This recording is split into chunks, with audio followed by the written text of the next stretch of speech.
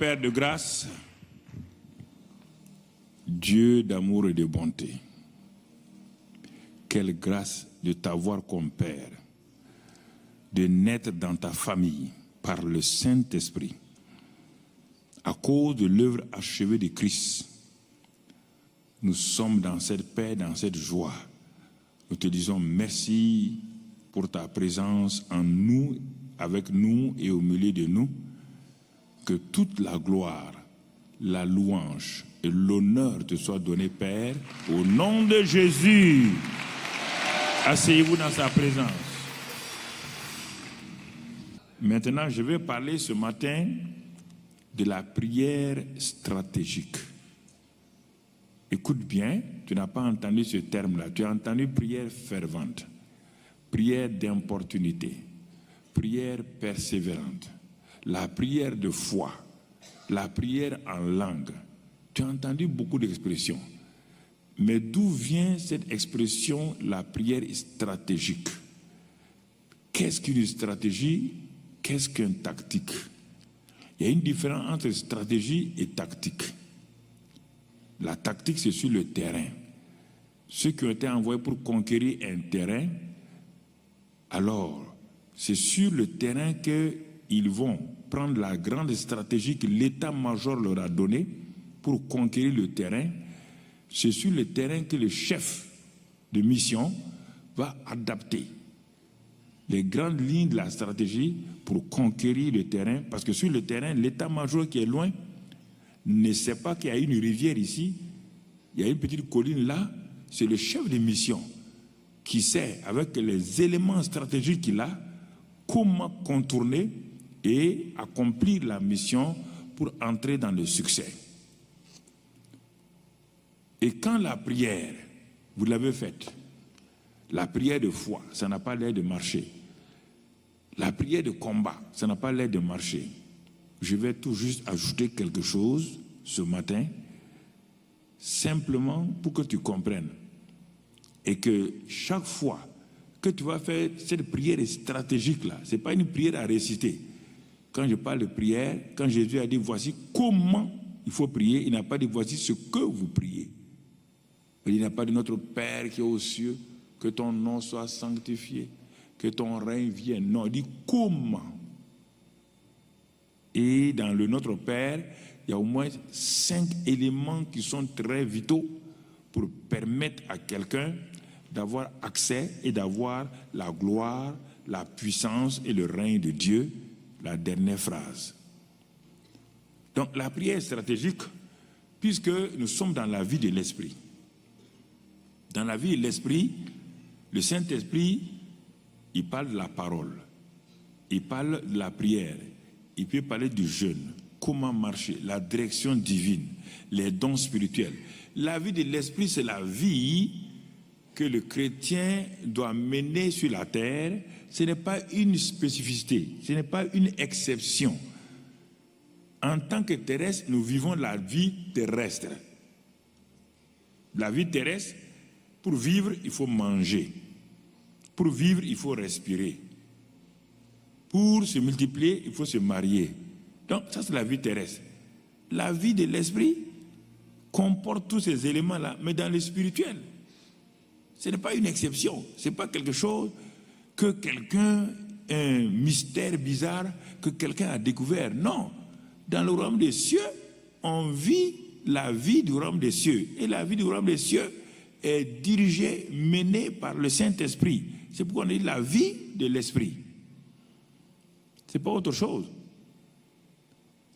Alors, nous en avons parlé ces quelques jours-là. Notre étude de cas ce matin va être sur un livre de la Bible qu'on appelle le premier livre de Samuel.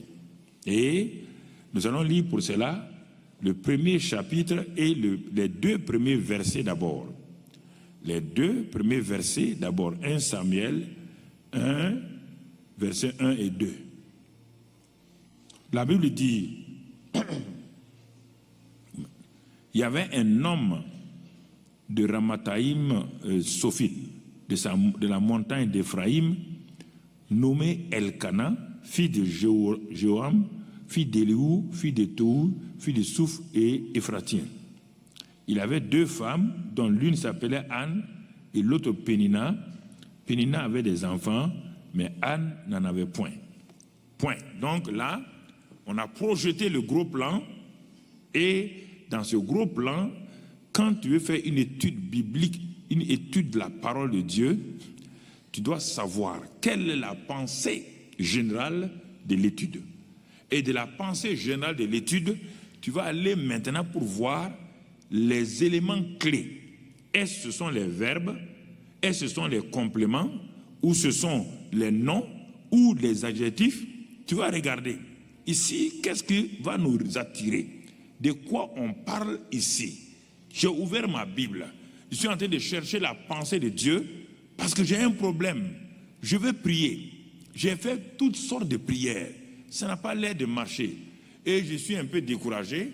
Et un matin, j'ouvre la Bible. Et je tombe sur le livre de Samuel.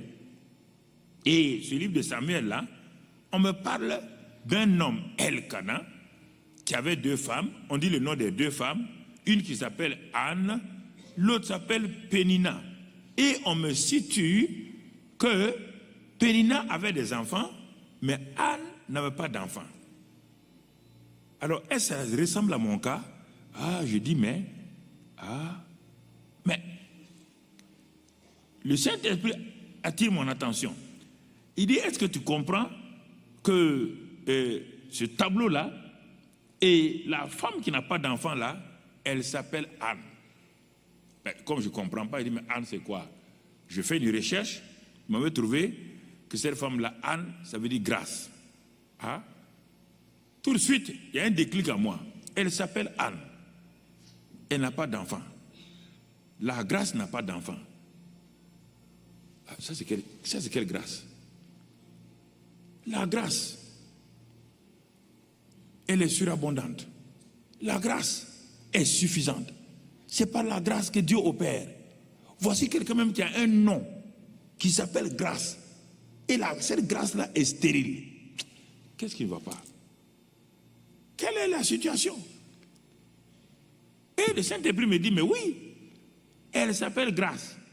Elle est stérile. Toi, tu es dans la grâce et ta vie est stérile. Vous ressemblez, non? Je dis oui. Je prends mon bic et je commence à écrire. Seigneur, tu es en train de me parler. Tu es en train de m'enseigner quelque chose. Elle s'appelle grâce. Elle est stérile. Toi, tu es enfant de la grâce. Tu es stérile dans ta vie. Il n'y a pas de réponse à tes prières. Et pourtant, tu vis dans la grâce. Va regarder la grâce. Je regarde la grâce avec Paul dans 2 Corinthiens 12. Et Dieu dit à Paul, ma grâce est suffisante. Et là où il y a ma grâce, la faiblesse n'est pas un problème. Même la pauvreté n'est pas un problème. Je reviens et dis, là où il y a le péché, quand la grâce vient, la grâce balaye le péché là et la grâce surabonde. Donc je sors de mon péché, je rentre dans la victoire.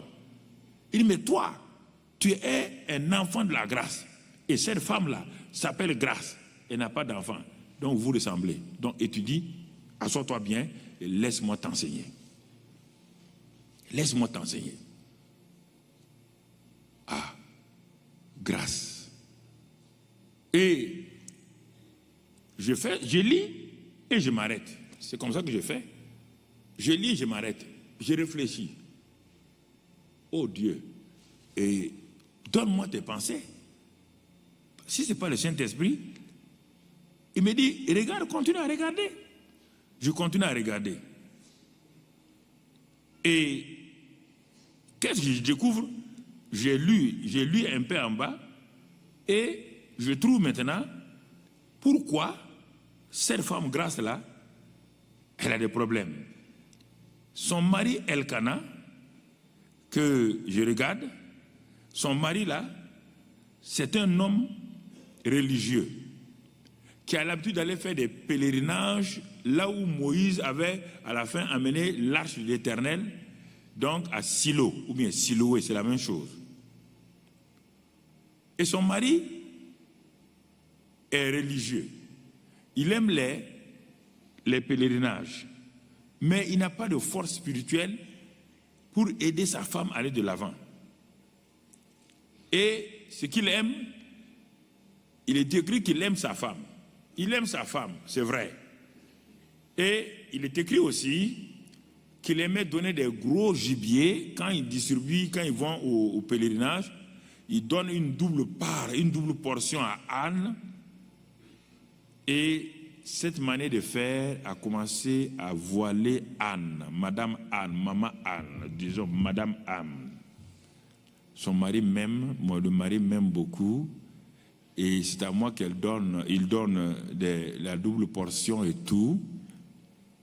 Donc elle a oublié que la grâce était suffisante par elle-même. Et que son mari là, c'est lui qui amenait au contraire qu'elle ne se prenne pas en charge. Personne ne peut prendre la grâce en charge. La grâce se suffit à elle-même. Deuxième élément de cette femme, sa coépouse Elkana. Cette femme-là, on peut l'appeler, elle passait son temps à piquer Anne. Elle lui dit des paroles. Quand Anne envoie ses enfants, elle pique Anne. Elle dit, mais il faut avoir tes enfants pour les envoyer. Elkana là, c'était Madame Épine, Madame Piment Rouge. Cette bonne dame appelée Anne est entre deux personnages. Son mari, épicurien, mangeons, buvons, demain nous mourrons. Sa coépouse, elle pique. C'est le piment rouge. C'est l'épine, et Pénina. Et ça a créé une frustration dans Anne. Et cette grâce-là était une grâce qui n'opérait pas. Parce que d'un côté, il y a les épreuves, de l'autre côté, il y a les plaisirs. On lui offrait et elle était là et elle accompagnait son mari et sa coépouse et leurs enfants à Silo où il y a la présence de Dieu. Il n'y a rien de plus frustrant d'aller dans la présence de Dieu et en sortir toujours stérile. D'aller dans la présence de Dieu et d'en sortir stérile. Parce qu'elle n'avait pas faim. Je vous ai dit, son mari faisait tout pour qu'elle oublie sa stérilité. Dans un premier temps, ça peut marcher, mais ça ne marchera pas toujours. Tous les plaisirs que vous voulez mettre en vous pour éteindre la soif que vous avez de Dieu, la faim que vous avez de Dieu, un jour, ça sera fade. Ça ne va plus vous satisfaire. Dieu l'a regardé et Dieu l'a laissé tranquillement comme ça. Puisqu'il se contentait des paroles mielleuses de son mari et ensuite elle pleurait à cause des paroles insultantes de sa coépouse. Maintenant sa vie était comme ça. Joie quand elle est avec le mari, pleure quand elle est avec sa coépouse, joie quand elle est avec son mari. Une vie comme ça ne peut pas prospérer spirituellement. Une vie comme ça ne peut pas aller de l'avant. Quand tu es dans tel endroit, tu es content. Quand tu es à l'église, tu viens, on chante, tu es content. Quand tu sors, tu vas dans ta famille ou dans le bureau, tu pleures. Ou tu vas à l'université, tu pleures. Ou tu vas dans ta famille, tu pleures. Comment alors la grâce peut se manifester? Je suis dans ma chambre, je suis en train d'étudier. Dieu est en train de me parler. Il est en train de me parler. Et je viens à moi-même, je dis, mais Seigneur, oh, je comprends. Je comprends pourquoi je suis en difficulté. Et parfois, je me contente de dire, quand les gens disent, non, ça va aller, mon frère, non, ta situation là, ça va aller. Les gens veulent me contenter avec des paroles qui ne sont pas vraies. Et de l'autre côté, il y a des persécuteurs qui sont de l'autre côté. Et mes oreilles sont sur les deux. Or, les deux là se contredisent. Quand il y a une contradiction, quelque part, on ne peut pas progresser. On ne peut pas avoir une corde à son cou, on vous tire devant, et une corde à vos pieds, que quelqu'un est derrière, vous ne pouvez pas progresser. Voici le problème. La vie de l'esprit, parfois pour y entrer là-dedans, on passe par un certain nombre de choses. Bien qu'on ait notre identité, notre identité c'est quoi? On a une nouvelle identité, la nouvelle création, la grâce de Dieu est sur nous. Mais nous ne perçons pas. Pourquoi? Parce que l'environnement spirituel, l'environnement naturel qui est autour de nous semble nous créer des problèmes. On est abattu, on est oppressé, on est sous oppression de ce que nous vivons. C'est ainsi que cette dame-là a vécu pendant ces années. Mais on ne sait pas combien d'années. La Bible n'en parle pas. Ce n'est pas important. Ce qui est important, elle a vécu pendant des années, donc ces tourmentes-là et tout. Mais elle va commencer à réaliser, à un moment donné, il y aura un déclic dans la vie de l'esprit. Vous avez beau tourner à un moment donné, vous avez beau tout faire, comme cet homme dont je vous donne le témoignage, un homme que Dieu appelait, un homme que Dieu a montré qu'il faut qu'il progresse. Parce que là, il est arrivé à un état, à une dimension où il est dans l'insatisfaction totale. Mais il avait peur de faire un pas avec Dieu dans la vie de l'esprit. Bon, quand Dieu lui parlait, il était là, il essaie de voiler tout cela, avec des exploits. C'était un grand sportif. Il a commencé à avoir des coupes. Il a commencé à voir tout ça. Les gens l'acclament. Dans les stades, les gens s'élèvent et l'ovationnent. Mais quand il vient tout seul, Dieu est là. Dieu lui dit, vas-tu avancer avec moi? Il savait que s'il avançait, il y a plusieurs choses autour de lui qu'il fallait abandonner et aller dans le repos de Dieu. Et parfois, ce sont ces situations-là qui nous créent des problèmes. Ces situations-là qui nous empêchent de progresser. Il a tout fait. Un jour, il est sorti, allé même dans la forêt. Il a amené des gens, il a fait des exploits, de grands exploits. Il est revenu à la maison. Et le Saint-Esprit a dit, cette fois-ci, ça en est assez. Il est allé se mettre à genoux. Il a dit, ô Seigneur, je n'en peux plus. Je suis au bout du rouleau. Je suis dans l'impasse. Je suis prêt à faire ce que tu veux de moi. Je lâche tout. Et là, simplement, tant de mois de lutte inutile. Et là, le Seigneur l'a saisi. La visitation divine est venue sur cet homme. Il a été visité profondément par le Saint-Esprit. Et sa vie a été transformée. Et la paix qu'il a reçue, la joie qu'il a reçue. Il dit, mais c'est pas possible, j'ai perdu du temps inutilement. Et cet homme-là a eu un repos. Il est entré dans la vie de l'esprit. Mais il dit, mais c'est pas possible. Qu'est-ce qui m'empêchait? Mais Dieu lui dit, ce sont tes pensées. Tu as entendu des paroles que les gens ont dit, la vie de l'esprit, c'est attention, attention. Et à cause de ça, tu as été impressionné, tu as été imbibé par des paroles négatives et ça t'a empêché d'entrer dans le repos de Dieu. Alors que tu étais fatigué, languissant, abattu. Combien de fois je t'ai appelé pour venir à moi, pour que tu boives et que des fleuves d'eau vivent coulent de ton sein. Mais regarde maintenant, tu as perdu du temps inutilement. Heureusement que je suis un Dieu de compassion, un Dieu de grâce. je t'ai poursuivi pour te ramener.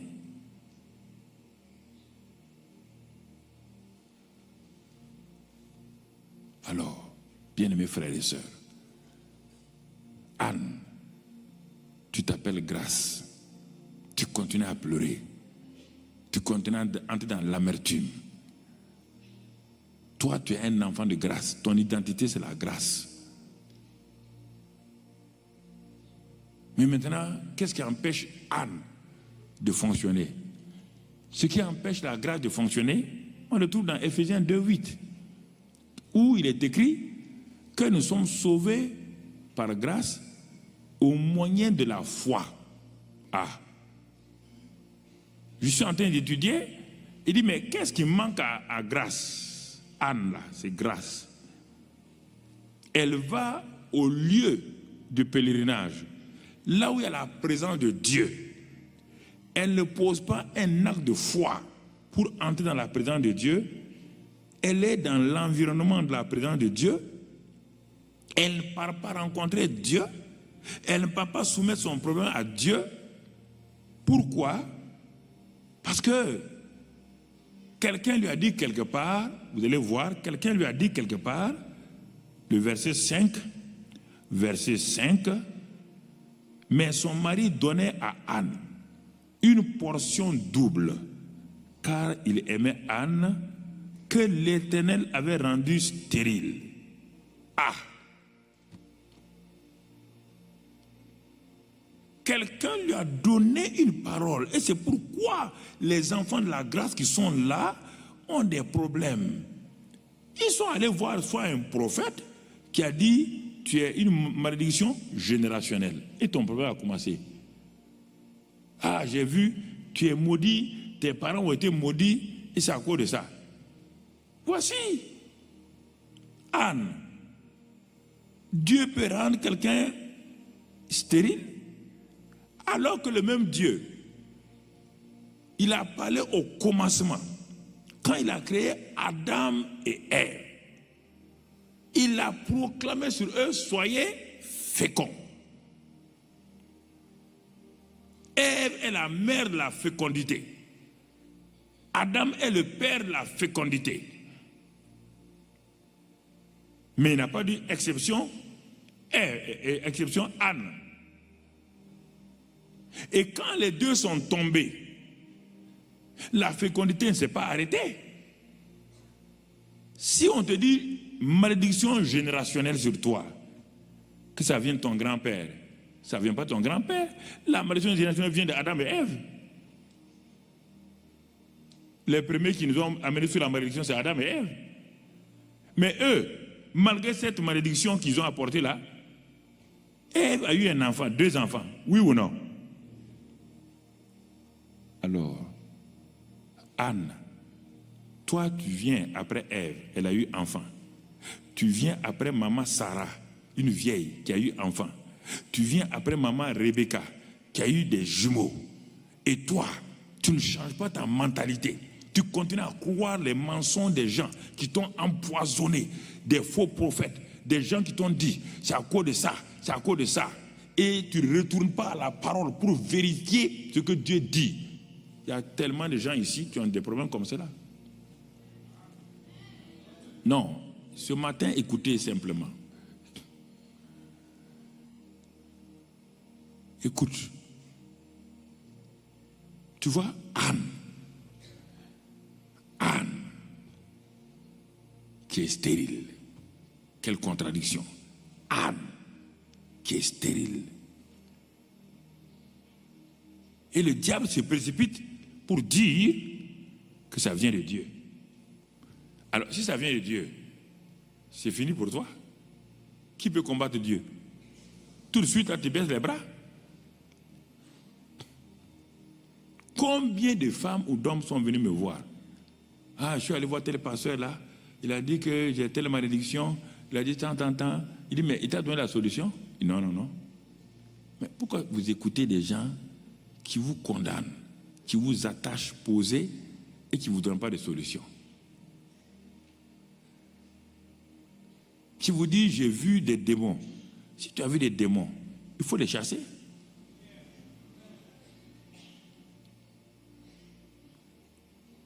Tu es parti, écoutez, tu es dans une ville là, il y a 2 femmes qui sont allées au marché. Quand j'ai commencé à évangéliser, dans une ville où j'ai commencé à évangéliser, j'étais dans une usine de textile.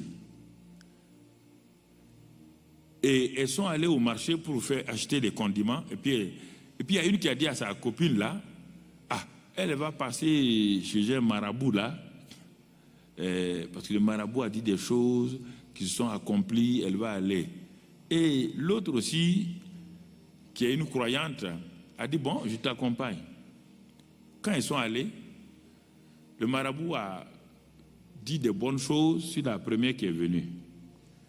Et la seconde là avait son enfant dans sa main, un bébé. Et le marabout a dit que j'ai vu que ton bébé là va mourir. Tu es parti au marché faire tes condiments. Tu ne pars pas à la maison. Tu as pris tes 2 pieds là, parta. Allez, au lieu de marcher la marche de la foi, tu es parti voir un marabout. Voilà, le marabout te dit maintenant que ton enfant va mourir. Les pleurs ont commencé. Il y a des problèmes comme ça. Les pleurs ont commencé. Elle va chez elle. Elle ne regarde que son enfant. Elle voit la mort maintenant. Et vous savez ce qui s'est passé? La folie a commencé. Alors, son beau-frère était en contact avec moi. Il est venu me voir, il est venu voir sa belle-sœur là, qui est devenue folle.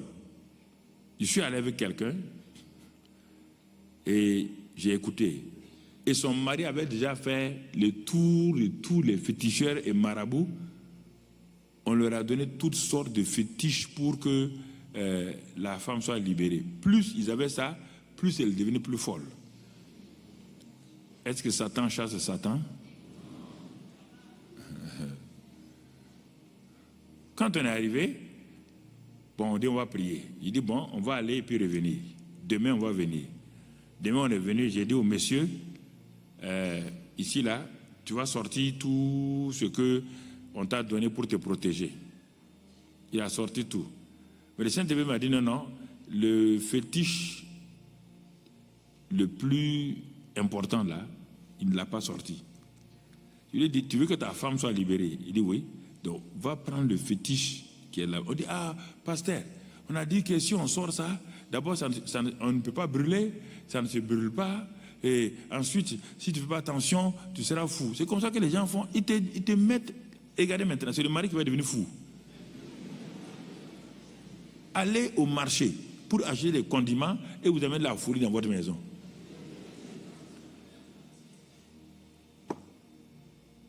Vous comprenez? J'ai dit, si ça ne vient pas, nous on s'en va. Et on laisse ta femme en tes mains et tout. Il a dit, mais on a dit que ça ne se brûle pas. Il dit, un fétiche ne se brûle pas. Amen seulement. Amen. J'ai dit à quelqu'un, va m'acheter pétrole. Il est parti acheter pétrole. Il s'est tenu de côté là. Il avait peur. J'ai dit, regarde-moi. J'ai dit au nom de Jésus, pétrole, allez, allumette, feu. Devant nous et devant lui, ça a pris feu. Tout détruit. J'ai dit maintenant, comme vous disiez sous le contrôle de ça là, au nom de Jésus, femme, sois libérée. Elle a été libérée.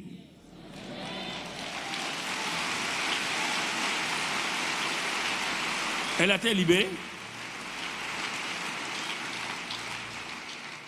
Tu t'es mis sur quel jour? Tu t'es placé sur quel jour? Voilà le problème. Anne, un nom comme ça, qu'est-ce que tu fais là-bas? Tu pleures, tu pleures. Les pleurs ne vont pas résoudre le problème. Seigneur, je ne sais pas ce que j'ai fait à Dieu. Tu n'as rien fait à Dieu, ma fille. Tu n'as rien fait à Dieu, mon fils. Tu n'as rien fait à Dieu. Et toi, tu peux faire quoi à Dieu même? Toi, tu ne peux rien me faire. Tu vas faire quoi à Dieu? Et pourquoi tu te prends trop important comme ça là? Mais, hey, les gens me sont ici. Moi, qu'est-ce que j'ai fait à Dieu? Tu es petit comme ça, là, tu fais quoi à Dieu? Oh. Les gens sont terribles, hein?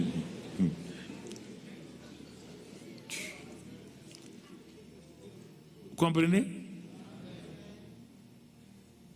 Anne, son mari, des années, ils s'en vont. Maintenant, qu'est-ce qui va se passer? Quand on regarde le verset, après que le mari ait tout fait, un jour, ils sont venus au pèlerinage encore. Son mari, ce jour-là, a donné beaucoup plus de nourriture et tout. Anne a dit, trop c'est trop. Non, non, non. Elle a commencé à réaliser que le mari, là, c'est le mari qui lui crée des problèmes. Parce que le mari ne veut pas qu'elle aille prier, entrer dans sa destinée. Ils vont dans un lieu de pèlerinage, et c'est là-bas où il mange beaucoup. Ça peut aller. Un lieu de pèlerinage, c'est pour faire quoi? C'est pour prier. Mais lui, c'est en ce moment qu'il amène les gigots. Il donne double portion à sa femme. C'est-à-dire qu'il fait quoi? Il éteint la flamme spirituelle de sa femme. Parce qu'il est influencé par Pénina négativement. Le mari ne sait pas, puisqu'il aime beaucoup Anne. Et Pénina se sent outragée. Elle a des enfants, elle n'est pas aimée. Donc elle va influencer le mari là d'une telle manière. Mais un jour, la grâce va se réveiller. Que la grâce qui est sur toi se réveille au nom de Jésus-Christ. Et regardons maintenant, qu'est-ce qui va se passer? Verset 9. Je suis en train d'étudier, hein? Je suis le cas de Anne, et c'est mon propre cas que je suis en train de regarder. Verset 9. Et là aussi, on va prendre la partie importante. La partie importante, c'est dans tout ça là, ce sont les trois mots. Anne se leva. Ne lis plus le reste, reste là. Anne se leva. Ça veut dire quoi? Que Anne était assise. Elle était assise où? Dans le fauteuil de la défaite. Elle était assise où? Dans le fauteuil des larmes. Elle était assise où? Dans le fauteuil de la stérilité. Elle était assise où? Dans le fauteuil. Elle s'est levée. Tu entends? Anne s'est levée. Quand Anne s'est levée, ça veut dire quoi? Elle va mettre fin à sa stérilité. Quand Anne, la grâce s'élève, la stérilité fait quoi? Prend fin. Tu écoutes moi? C'est à toi que je parle ce matin. Quand la grâce s'élève, la stérilité s'en va au nom de Jésus. Ce n'est pas fini. Cette expression, quand vous lisez dans la Bible, quelqu'un s'est levé, c'est quelqu'un qui va se passer.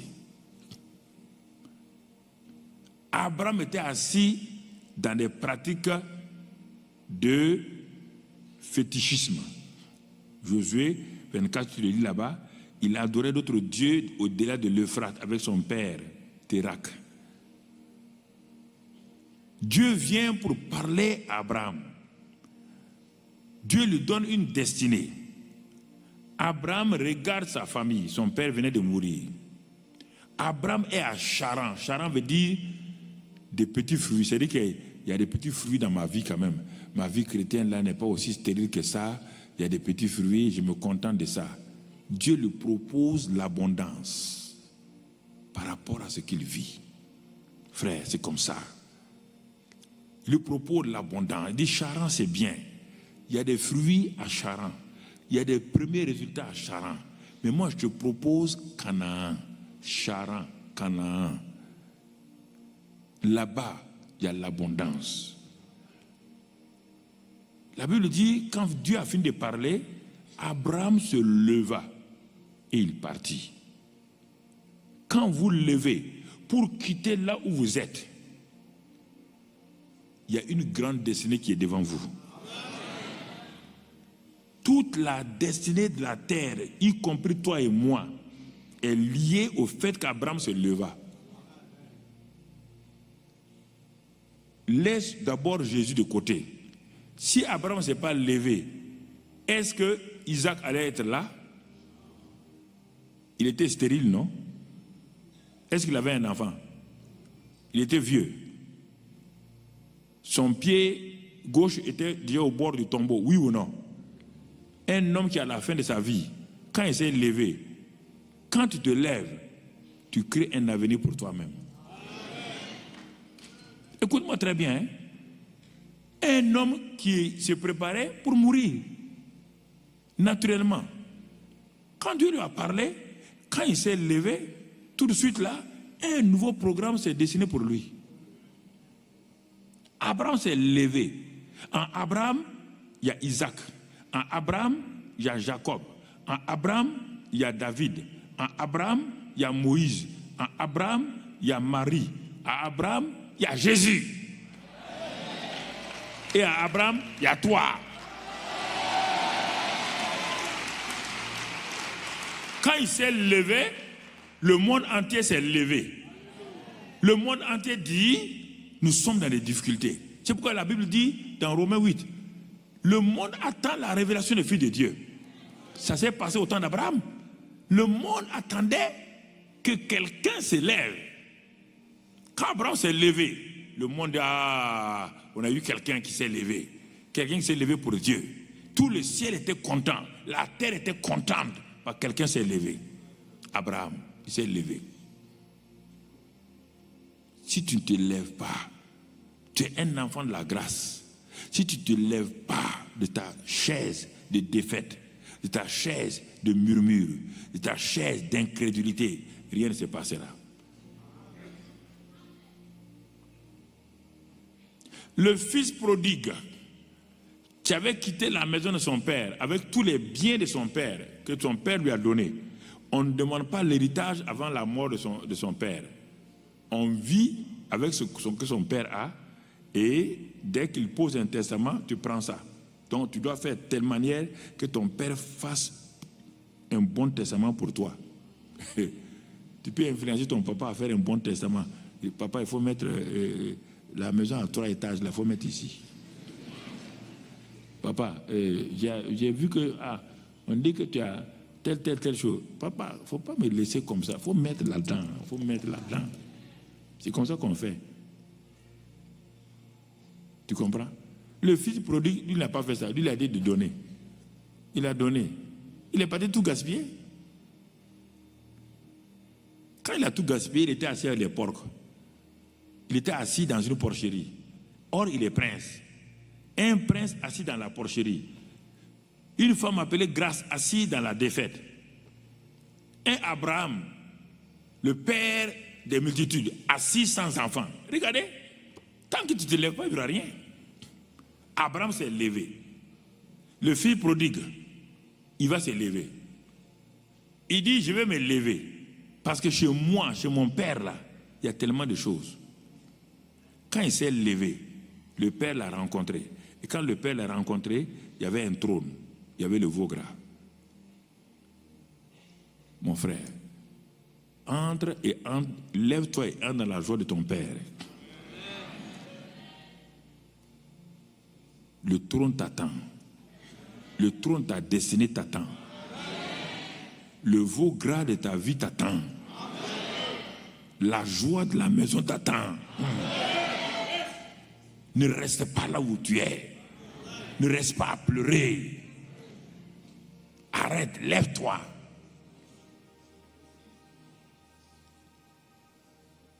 Anne va se lever. Et en se levant, elle vient de mettre fin à sa stérilité. Mais on va voir comment elle va mettre fin à sa stérilité. C'est ça qu'on va appeler la prière stratégique. Actuellement, on est en train de préparer comment elle va faire la prière. On n'est pas arrivé à la prière. Mais d'abord, il faut te lever. Tu comprends? Bartimée était assis au bord de la route pendant des années, avec son manteau d'aveugle. Il était assis, donc, dans le fauteuil de la cécité. Il était assis là-bas. Un jour, il a entendu une foule passer. Il demande c'est quoi? On dit c'est Jésus de Nazareth. Il dit, qui est en train de passer? On dit Jésus de Nazareth. Il s'est levé. Quand il s'est levé, il a crié le nom de Jésus. La foule a dit, calme-toi. Jésus ne répond pas aux gens comme ça, hein? Surtout des gens comme toi. Bartimée dit, je me suis levé, il va répondre. Tchogo, il va répondre. Vous n'allez pas m'influencer. Jésus va répondre. Il a crié plus fort. Les gens ont dit voilà. Et monsieur l'aveugle. Il dit je ne suis pas monsieur l'aveugle. Ce n'est pas mon nom. Il m'appelle Bartimée. Il dit je me suis levé. Bartimée s'est levé. Qu'est-ce qui va se passer? Quand il a crié, il a fait sa prière. Il a crié. Il a dit ici là. Il ne faut pas aller dire notre Père des cieux. Il ne faut pas dire Dieu d'Abraham, d'Isaac et de Jacob. Si tu dis ça, il va passer, il va aller. Un cri net. Il dit Jésus, fils de David, aie pitié de moi. Quand Bartimée a crié, Jésus s'est arrêté. Quand Jésus s'est arrêté, la cécité va s'arrêter. Quand Jésus s'arrête, ta tempête s'arrête. Quand Jésus s'arrête, ta défaite s'arrête. Quand Jésus s'arrête, ta austérité s'arrête. Quand Jésus s'arrête, ta pauvreté s'arrête. Quand Jésus s'arrête, mon frère, ma soeur, tout ce que tu as perdu s'arrête. Et la gloire de Dieu vient sur toi ce matin au nom de Christ Jésus. Et la gloire de Dieu te visite ce matin au nom de Christ Jésus. Il s'est levé, il a parlé. Quand il a parlé, Jésus s'est arrêté. Quand il s'est arrêté, il a jeté son manteau. Quand il a jeté son manteau, Jésus dit, que veux-tu? Il dit, je veux recouvrer la vue. Et il recouvra la vue. Ce matin, tout ce qui t'empêche est parti au nom de Christ Jésus. Tout manteau de défaite est jeté au nom de Christ Jésus.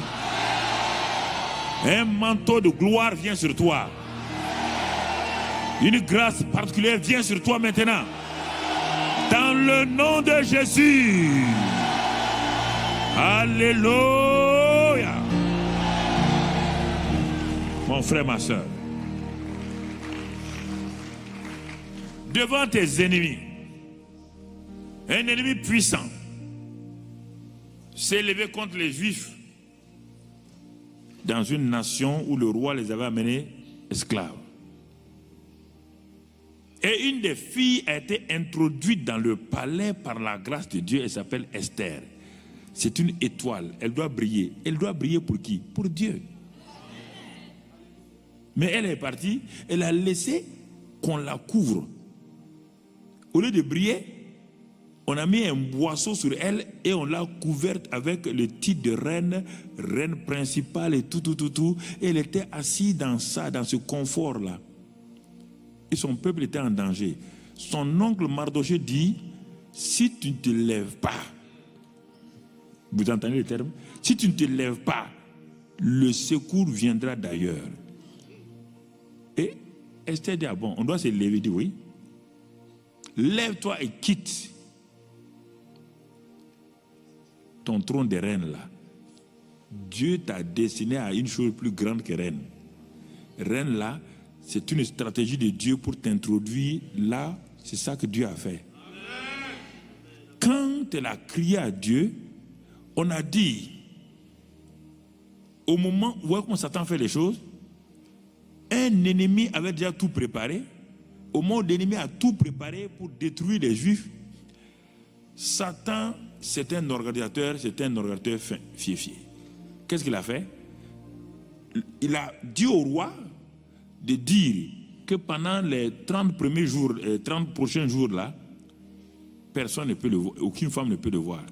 Et quiconque vient pour voir le roi, si le roi ne tend pas sa canne, les gardes qui sont là, si le roi ne lève pas sa canne pour mettre devant toi, les gardes automatiquement te prennent et t'exécutent.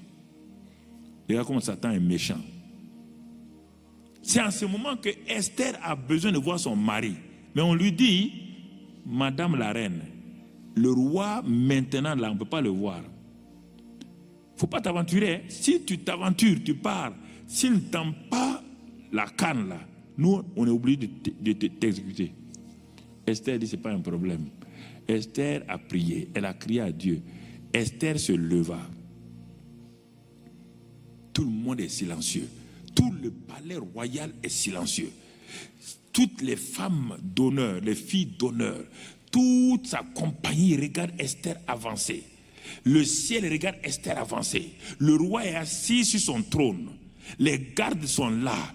Tout le monde tremble. Ils ont leur épée. Ah non, on ne va pas tuer cette merveilleuse femme-là. Cette étoile-là, on ne va pas la tuer quand même. Qu'est-ce que le roi va faire? Esther se leva et elle avança. Quand elle a avancé d'un seul coup, comme son nom Esther dit, la grâce de Dieu est venue brusquement et le roi a pris sa canne et a tendu. Tout le monde a dit ouf, Esther ne mourra pas. Si Esther ne mourra pas, quelqu'un doit mourir. Si Esther ne meurt pas, Aman doit mourir. Ton Aman va mourir au nom de Jésus. Quand tu vas te lever, tous les Aman vont périr au nom de Christ Jésus. Tous tes ennemis seront dans la défaite. Et le bois qu'ils ont préparé pour te pendre, ils seront pendus. Dieu a préparé une victoire pour toi et ton peuple. Tu sortiras de cette situation, toi et ta famille, au nom de Christ Jésus. Ce que tes adversaires ont préparé au service et partout, leur plan sera annulé au nom de Christ Jésus. Dans le nom de Christ Jésus, Dieu ouvre une nouvelle porte pour toi. Une nouvelle destinée pour toi. Un nouveau départ est pour toi. Une gloire nouvelle est pour toi. Le Saint-Esprit te saisit ce matin. Une visitation nouvelle est pour toi. Ne crains pas, enfant de Dieu. La paix de Dieu est sur toi maintenant. Marche dans cette grâce-là. Au nom de Christ Jésus. Amen. Assois-toi, mon frère. Anne se leva. Bartimée se leva. Le fils prodigue se leva. Esther se leva. Qui va se lever encore? Jabet. Il est né et sa maman, sans savoir, une ignorante, a maudit son enfant. Parce que dans la grossesse, elle a eu des problèmes. Il y a des mamans, quand elles ont une grossesse difficile, elles ne cherchent pas loin le nom de leur enfant. Elle a appelé son enfant la douleur.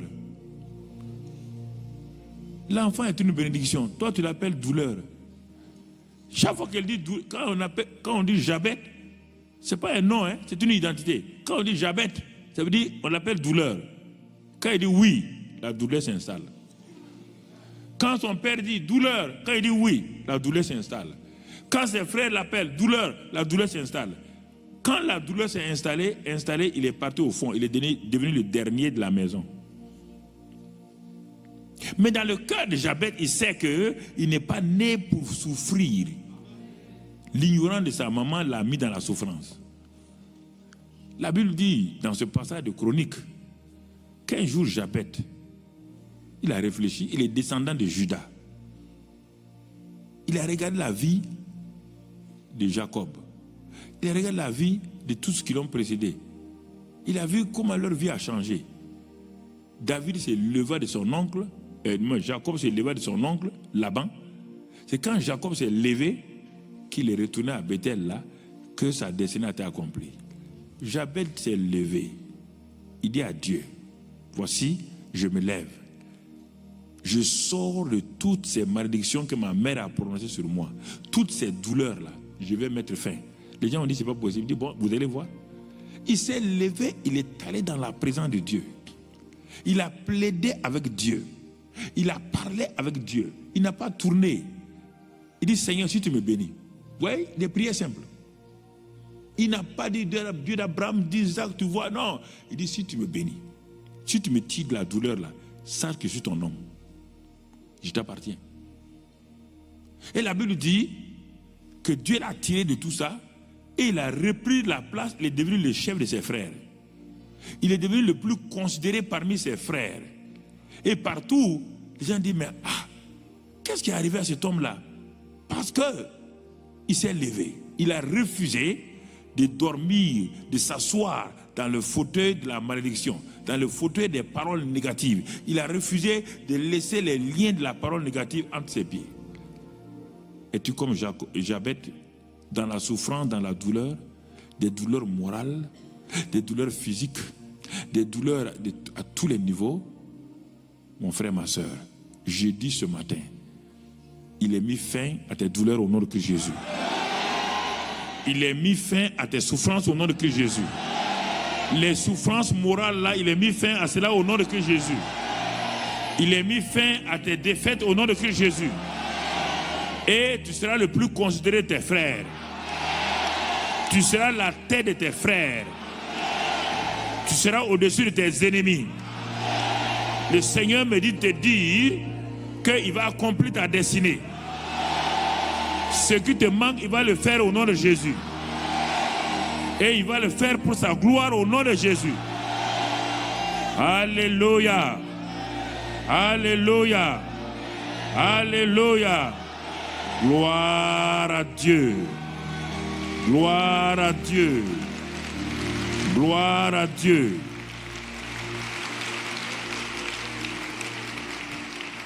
C'était tout juste pour enrichir le message.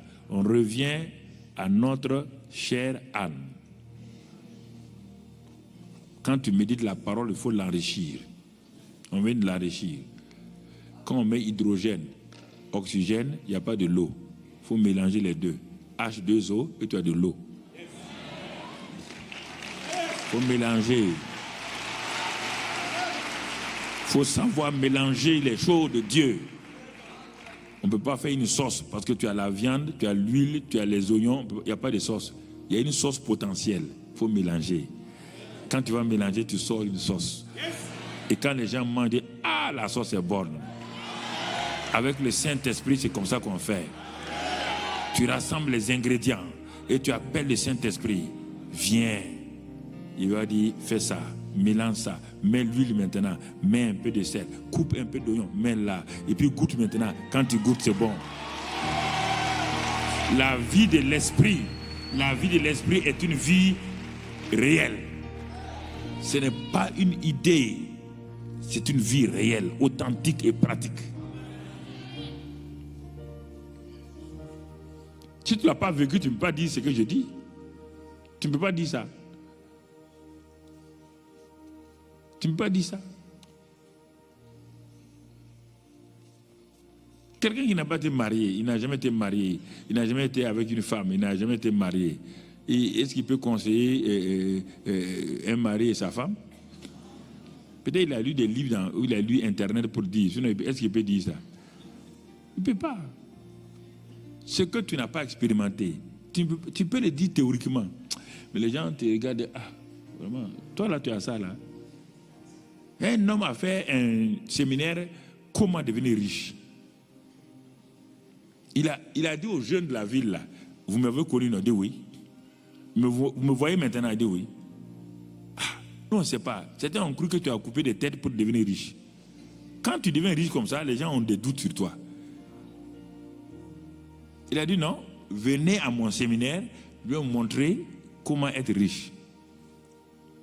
Il y a un jeune homme qui partait au séminaire. Il a rencontré dans la rue là quelqu'un qu'il connaissait. Il dit, où vas-tu? Il dit, je m'en vais au séminaire. Il dit, non, ce gars il trompe les gens. C'est pour laver vos cerveaux. On ne peut pas apprendre à quelqu'un à devenir riche. Il a parlé négativement, mais le jeune homme a continué sa route et il est parti. Quand il est arrivé à la conférence du monsieur là, avant de commencer, il a levé la main. Il dit, ah, moi je suis venu, mais je doute. Hein? On dit, mais pourquoi tu doutes? Il dit, vous connaissez tel monsieur là? Il a dit que tu ne peux pas nous apprendre à être riche. Le conférencier a dit, bon. Il dit, regarde le monsieur et regarde-moi. Tout le monde le connaît. Il a la plus vieille voiture de la ville. Quand il circule, ça fait c'est normal. Il a des mentalités de vieille voiture. Il peut pas, quand on dit on peut être riche, il ne peut pas comprendre. Regarde les pantalons jeans qu'il porte là, c'est sale. Et puis la maison là où il est là, il n'y a rien. Mais il ne peut pas retenir une femme. Quand les femmes viennent, ils s'en vont. Il dit, mais regarde-moi. Regarde, regarde ma voiture. Et regarde comment je suis. Les jeunes hommes disent, c'est ça qui m'a attiré. Il dit, mais si c'est ça qui t'a attiré, pourquoi tu laisses quelqu'un te dire autre chose? Si c'est ça qui t'a attiré, pourquoi tu laisses quelqu'un dire des paroles négatives? Pourquoi vous laissez en pleine route, vous allez à votre destinée, quelqu'un vous arrête pour dire qu'il n'y a pas de destinée? Vous entendez des choses comme ça? Non, il n'y a pas de destinée. Hein? Les enseignements sur le royaume des destinées, c'est faux. Ah bon, ok. Tu as lu dans la Bible où le mot destinée est partout? Il y a le livre des destinées même. Il y a un livre des destinées dans la Bible. Les gens ne savent pas et on les écoute. Il ne faut pas écouter les gens. Il ne faut pas écouter les gens. Elle se leva. Elle entra cette fois-ci dans la présence de Dieu. N'oubliez pas que nous sommes à Silo. Silo, c'est là où on a transporté l'arche là pour venir déposer là-bas. Mais quand elle partait chaque fois, elle n'entrait jamais dans le temple là, dans la présence de Dieu. Elle restait aux abords. Mais cette fois-ci là, elle s'est levée. Quand elle s'est levée, elle s'est séparée des idées nébuleuses de son mari. Elle s'est séparée des insultes de sa coépouse. Quand on se lève, on se sépare toujours de quelque chose. Quand on se lève, on quitte une atmosphère. Quand on se lève, on quitte des vieux amis. Quand on se lève, on quitte une vieille mentalité. Quand on se lève, on quitte une situation misérable. Quand on se lève du lit de la maladie, on quitte la maladie, on rentre dans la bonne santé. Quand on se lève, quand tu décides de te lever, c'est pour aller dans le positif et non pas dans les choses négatives. Elle se leva. Elle aime son mari, mais le mari ne peut rien faire. Toi, mari, tu me dis des paroles qui ne sont pas vraies.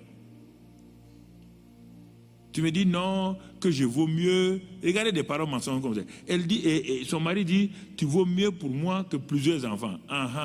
Si je vaux mieux pour toi que plusieurs enfants, pourquoi tu as donné des enfants à ma coépouse là? Il fallait dire la même chose aussi, non? Des paroles comme ça mensongères. Quand les gens veulent vous retenir, ils veulent vous vanter, ils veulent vous tendre. Mon ami, tu ne vas pas me vanter. Laisse-moi, je vais aller dans la présence de Dieu. Je vais aller rencontrer mon Dieu. Laisse-moi tranquille. Dis à la personne que tu es en route Canaan. Dis-lui, si tu ne viens pas, ne me retiens pas. Si tu ne viens pas avec moi, ne me retiens pas. Car j'ai décidé de mettre les pieds à Canaan. Le lieu de ma destinée, je vais y entrer. Tu ne vas pas me retenir. Tu ne me retiendras pas.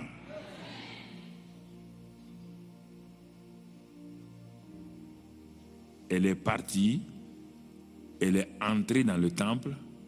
Elle a trouvé un homme religieux qui était rétrograde, qui était assis, qui était là simplement. Et qu'est-ce qu'elle a fait? Toute une journée. Maintenant, on va voir la prière qu'elle va faire. Elle a déjà fait plusieurs prières. Vous croyez qu'une femme comme ça n'a pas prié? Chez elle, là, vous croyez qu'elle n'a pas prié? Elle a fait toutes sortes de prières. Mais ça n'a pas marché.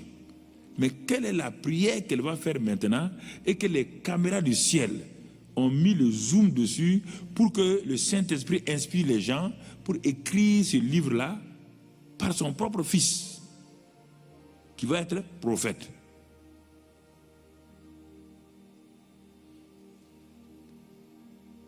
Elle raconte à son fils, quand je suis rentré, j'ai vu le sacrificateur Élie sans œufs. Il y a Élie le prophète avec eux, il y a Élie le sacrificateur sans œufs. Mais il était déjà rétrograde. Parce que la parole de Dieu était rare à l'époque, les visions étaient rares. Cet homme-là, Élie, n'était pas en contact avec la réalité de Dieu.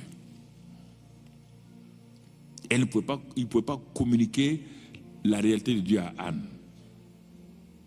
Et il ne comprenait même pas ce que Anne vivait. Anne est partie près de l'arche, la présence de Dieu. Elle est partie s'agenouiller là-bas. Et quand on regarde, la première partie de la prière d'Anne est une prière charnelle comme nous tous on le fait quand on va dans la présence de Dieu.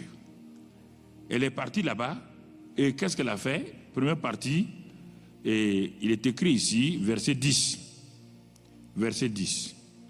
Et l'amertume dans l'âme, elle pria l'Éternel et versa des pleurs. La prière commence toujours comme ça quand les gens sont dans la détresse. Il y a des murmures, il y a des plaintes, il y a des pleurs. Mais si on s'arrête là, on sort découragé. Mais Anne, tu es parti où? Tu es parti dans la présence de Dieu.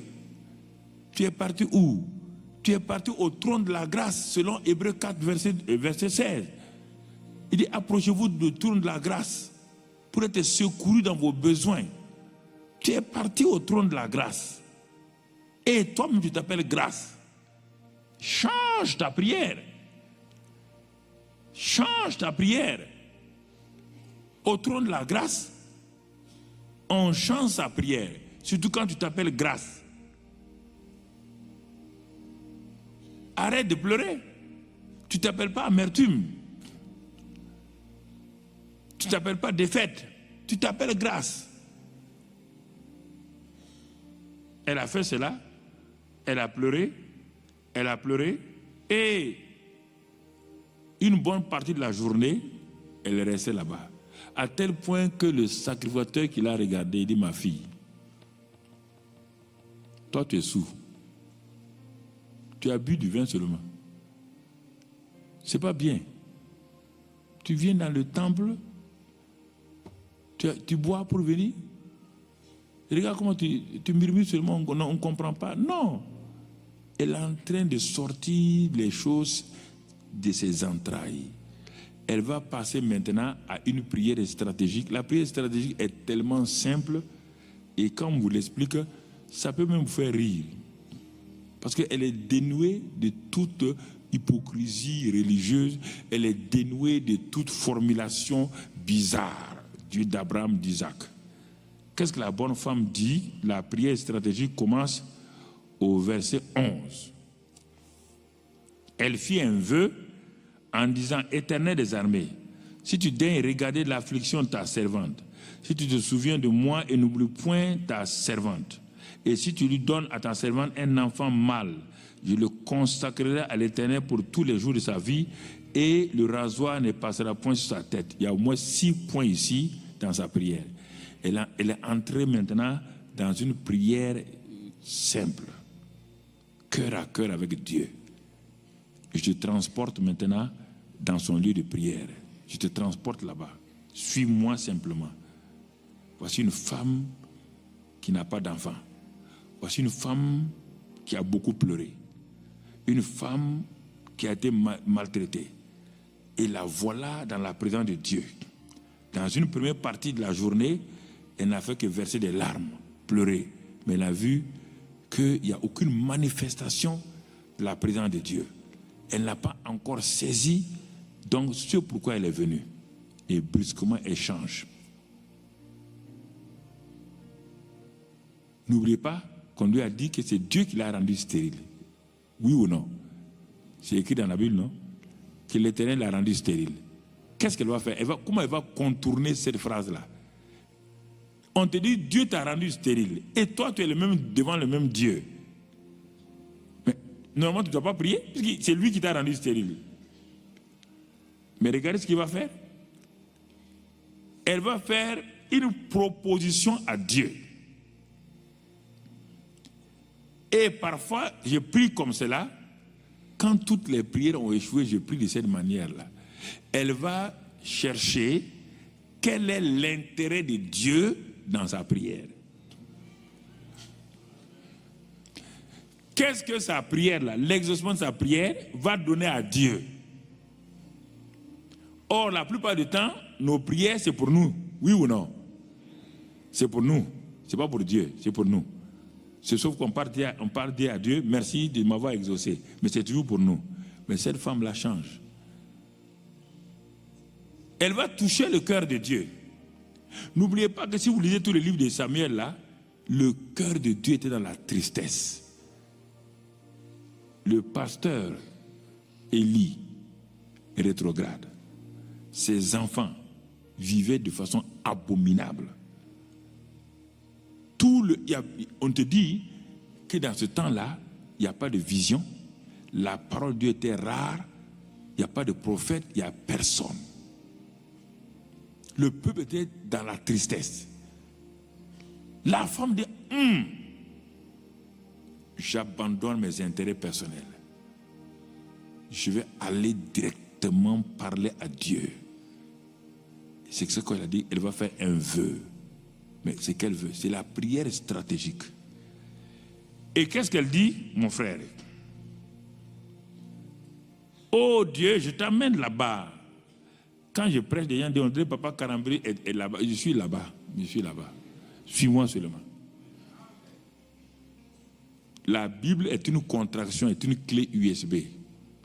Parce qu'il est écrit que si tout ce que Jésus même avait fait là, le monde entier ne pourrait... Si tout ce que est dans la Bible, si on avait tout mis en chose, ça serait aussi gros que le monde. Tu peux l'avoir comme Bible.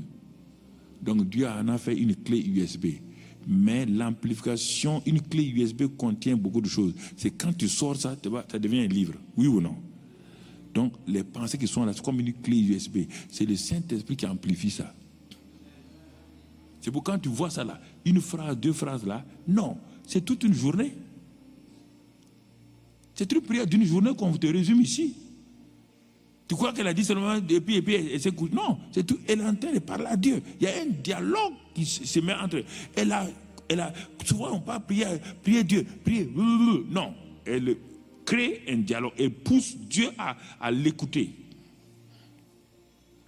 Elle dit, Dieu, je suis stérile. Il n'y a aucun problème. Hein? Et on m'a dit que c'est toi qui m'as rendu stérile. Mais moi, je ne crois pas ça. Je ne crois pas ça. Tu ne peux pas me rendre stérile. Alors que tu as dit à toutes les femmes, soyez féconds. Tu m'as rendu stérile. Ce n'est pas à cause de mes péchés. Puisque ce n'est pas à cause des péchés que tu crées.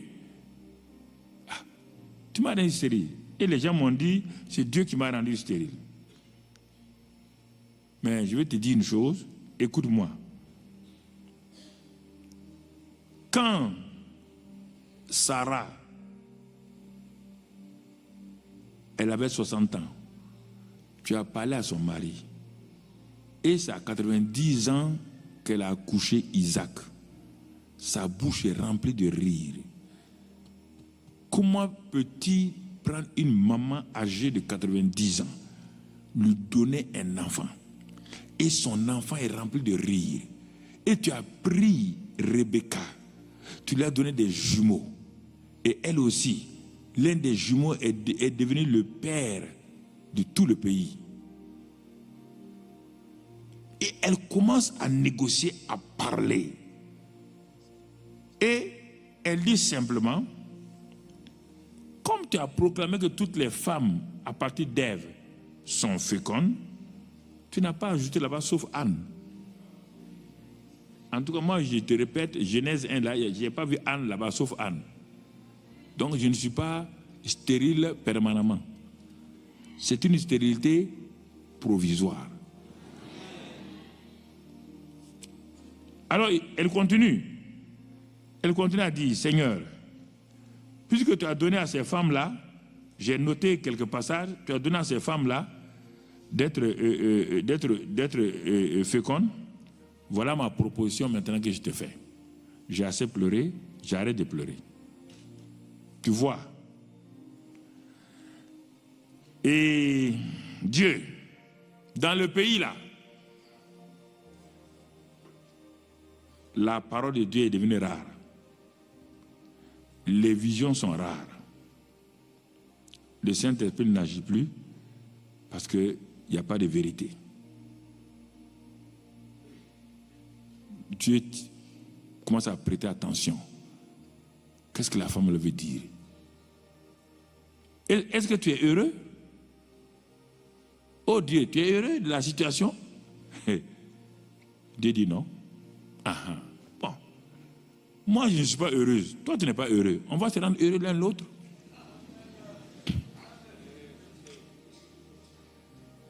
On va se rendre heureux. Quand vous priez, Parlez à Dieu comme vous parlez à quelqu'un de réel.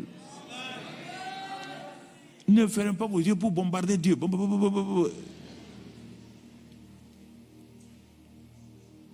tu n'es pas heureux pour la situation spirituelle du pays.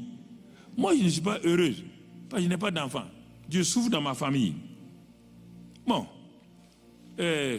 moi, je fais une proposition. Hein. Si tu me donnes un enfant et un enfant mâle, il dit, écoute-moi bien, l'enfant là, j'attends cet enfant là avec passion. Vraiment, je suis prête, mais je décide, dès que je l'aurai, quand je vais sévrer l'enfant, je ne vais même pas le garder 6 ans, 7 ans, non, je suis prête. Dieu dit, il dit aux anges, écoutez, la femme là, que tout le ciel écoute. Tout le ciel n'a qu'à écouter. Je n'ai même entendu une prière comme ça. Une femme qui n'a pas d'enfant, elle est maltraitée par sa coépouse.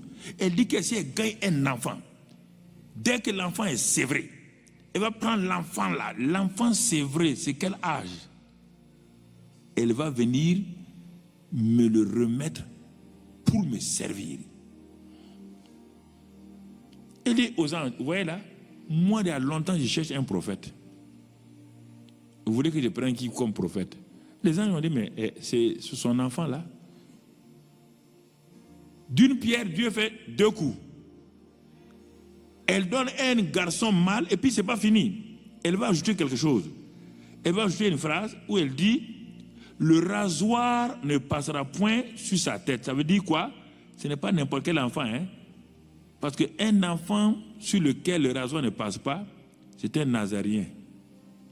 Un enfant consacré à Dieu spécial, comme Samson. Un libérateur.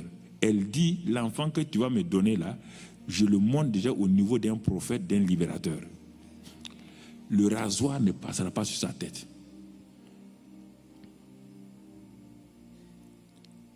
Il y a des moments où vous ne vous asseyez pas pour parler à Dieu. Il y a des moments où il faut simplement parler à Dieu. Mes prières qui ont été les plus exaucées rapidement, c'est quand je ne sais plus quoi faire, que je pars et je parle à Dieu simplement. Parler à Dieu simplement. Comme un père, un enfant parle à son père. Je crois qu'aucun d'entre vous, quand vous étiez enfant, vous n'êtes pas parti parler à votre papa de façon compliquée. Quand ça ne va pas, vous partez vous asseoir, parfois vous sautez sur ses pieds et vous lui décrivez votre besoin. Mais comme vous devenez trop grand, vous croyez que vous traitez Dieu à égal à égal. Non. Vous êtes un enfant de Dieu. Même si vous êtes serviteur, prenez l'attitude d'enfant. Vous comprenez? C'est ça que Anne fait. Elle dit, mais bon, toi tu es triste, moi je suis triste. On n'a qu'à céder. Hein? Tu me donnes un enfant seulement, un garçon, moi je le donne. Et puis le rasoir, comme tu aimes ça, c'est toi qui as dit à la maman de Samson qu'on ne doit pas le raser. Moi-même, je prends la décision de ne pas raser mon enfant. Papa bon Dieu dit, la femme là, elle est sérieuse. Hein? Elle a touché mon cœur. Elle dit, au Saint-Esprit, il faut aller l'exaucer. Elle dit que, comme l'homme l'avait accusé, la Bible dit au verset 17, l'homme de Dieu, maintenant, a vu que vraiment cette femme-là a bien parlé. Élie dit, reprit la parole, dit, va en paix et que le Dieu d'Israël exauce ta prière que tu lui as adressée. Elle dit que ta servante trouve grâce à tes yeux. Et cette femme, Anne-là, s'en alla, elle mangea et son visage ne fait plus le même. Son visage ne fait plus le même. Tu comprends? Ça, c'est une prière très importante. Alors, maintenant, mon frère, ma soeur, tu dois comprendre ces choses-là. C'est que Dieu, dans sa grâce, dans son amour, Dieu nous aide. Et dans le chapitre 2, verset 22, il y a un terme que j'ai retenu là-bas, 2, 21 de moins, lorsque l'Éternel eut visité Anne. Donc, elle a reçu une visitation divine au moyen de la prière stratégique. La prière qui sort du cœur. La prière qui sort du cœur. La même prière a été faite par un autre homme, un roi, un grand prophète, un prophète authentique est parti lui dire: prépare-toi, mets de l'ordre dans ta maison, car tu dois mourir. Le prophète s'appelle Isaïe. Un prophète qui a totalement été changé. C'est un prophète qui a prophétisé sur la venue de Jésus. Tout le monde sait que quand il dit une chose, la chose s'accomplit. Il est rentré chez le roi. Ézéchias lui dit ça. Ézéchias dit: très bien, prophète, chacun fait son travail. Merci. Tu as parlé, il faut aller. Quand le prophète est parti, Ézéchias, la prière stratégique la plus rapide, comme Anne, il se tourne vers le mur. Vous savez, le prophète a parlé et la cour royale étant grande, le prophète partait. Avant qu'il n'arrive là-bas, regardez comment la prière est stratégique. Ézéchias s'est tourné vers le mur comme Anne. Il a d'abord pleuré. Il a vu que les pleurs là ne vont servir à rien. Et puis il s'arrête. Il fait comme Anne. Il dit: bon, Dieu, est-ce que les morts peuvent te louer? Tu as déjà vu des morts te louer? Et puis tu me connais, moi là. Regarde bien, regarde ce que j'ai fait. J'ai ramené l'autel, j'ai ramené tout ça. Et puis j'ai introduit l'adoration, la louange et tout. Est-ce qu'un mort peut te louer? Si je meurs là, est-ce que tu auras la louange encore? Tu seras adoré encore? Oui, il touche le cœur de Dieu. Ah, bon. Avant moi là, personne ne te louait. Va lire la vie d'Ézéchias, le roi. Avant moi, personne ne te loue. Mais si moi je meurs maintenant, personne ne va te louer. Or, tu dis que tu cherches des vrais adorateurs, des gens qui louent. Ah, Seigneur, il faut voir. Hein. Tu me laisses en vie et moi je te loue. Dieu dit: hé, prophète, retourne. Et le type là m'a parlé. Retourne vite. Et le prophète, il a dit que Ésaïe n'était pas en dehors de la cour. Il revient, il dit au roi, il dit: mais, quelle prière tu as fait comme ça là? Toi, tu es rapide, hein? Il dit: mon cher, dans le problème, chacun est rapide. Je n'ai pas le temps de faire une longue prière. Puis tu es venu me dire de me préparer. On ne sait même pas quand. Donc, tu comprends? Il dit: mais alors, bon, Dieu m'a dit de revenir là. Qu'est-ce que tu veux aujourd'hui? Il dit: mais comment? Ce que je veux. Ta parole est annulée. Tu n'as pas menti, hein? Tu es un vrai prophète. Mais ta parole est annulée. Ma prière a annulé ta parole. Il dit: mais qu'est-ce que tu veux? Il dit: bon, dis à Dieu d'ajouter. Dieu a ajouté 15 ans. Écoute-moi, mon frère. Il faut savoir parler à Dieu. Quand tout a échoué, toutes les formes de prière, assois-toi et parle-lui.